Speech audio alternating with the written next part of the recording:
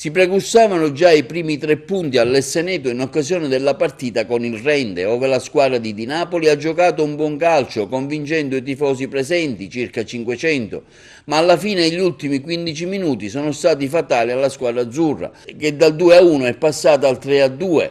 Nel giro di 15 minuti la squadra non ha retto, subendo 2 reti col Rende, cosa che ha fruttato, oltre che alla delusione dei presenti, anche il malcontento di un gruppo di ultras che alla fine della partita hanno inveito contro il presidente Silvio Alessi, che arrivato in sala stampa ha mostrato tutta la sua delusione, visto che l'Akragas per il 3° anno di fila è nella prima serie del calcio che conta, dopo tanti sacrifici fatti e i soldi che ho investito per poter fare andare avanti la squadra ed offrire un calcio di buon livello alla città e alla provincia. Per la cronaca la gara si sblocca all'11°, i padroni di casa con Salvemini che si procura e poi realizza anche il rigore, al 29° il pari di Gigliotti con un tiro dal limite, al 47° di nuovo in vantaggio con Mileto sugli sviluppi di un corner, il pari del Rende arriva al 78°, ancora con un tiro dal limite, questa volta di Franco. 5 minuti più tardi c'è il sorpasso degli ospiti con Rossini che sfrutta un assist di Ricciardo. Akragas e Rende finisce per 2-3. La squadra ha giocato bene, però segno ancora forse di una mancata preparazione che non ha raggiunto il 100%.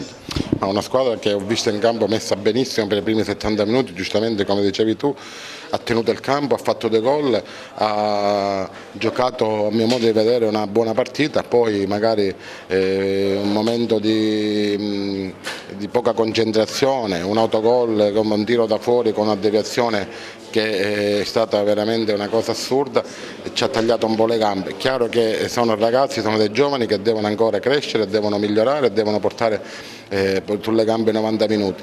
Io mi auguro e sono sicuro che questa squadra possa regalarci ancora delle soddisfazioni, però oggi non dobbiamo buttarli giù. Sono dei ragazzi che hanno dato l'anima in campo e sono convinto che la daranno nelle prossime partite. Poi tutto il resto è solo una situazione chiamiamolo così, di contestazioni, situazioni varie che a mio modo di vedere non stanno né in cielo né in terra. Che novità sulla deroga relativamente all'impianto di illuminazione?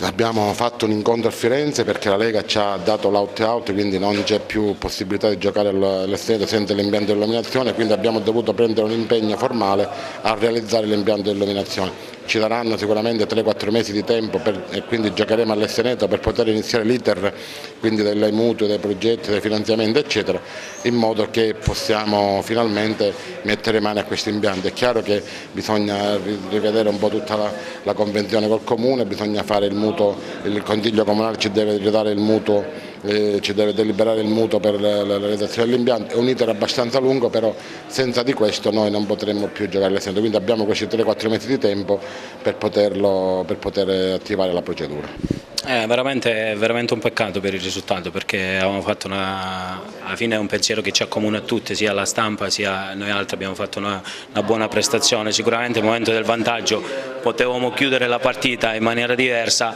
oppure nello stesso vantaggio che avevamo gestirla in modo migliore. Peccato, ma bisogna vedere tutto quello che si è fatto di buono, togliere se si è fatto qualche errore e iniziare a lavorare già da subito da lunedì per prepararsi per la nuova partita. Come bisogna lavorare mentalmente e reagire a una situazione del genere che si può verificare anche nelle prossime partite? Sì, decisamente penso che in questa serata ognuno di noi c'è l'amaro in bocca, sia a parte ognuno di noi, dico dalla stampa, dallo staff ai giocatori. È normale che siamo pure dei professionisti e già dobbiamo pensare a lunedì e preparare la prossima partita. Penso, conoscendo bene l'ambiente, conoscendo bene i calciatori, penso che non ci saranno problemi a reagire sotto il profilo nervoso, perché è la nostra professione e quindi dobbiamo farlo per forza di cose.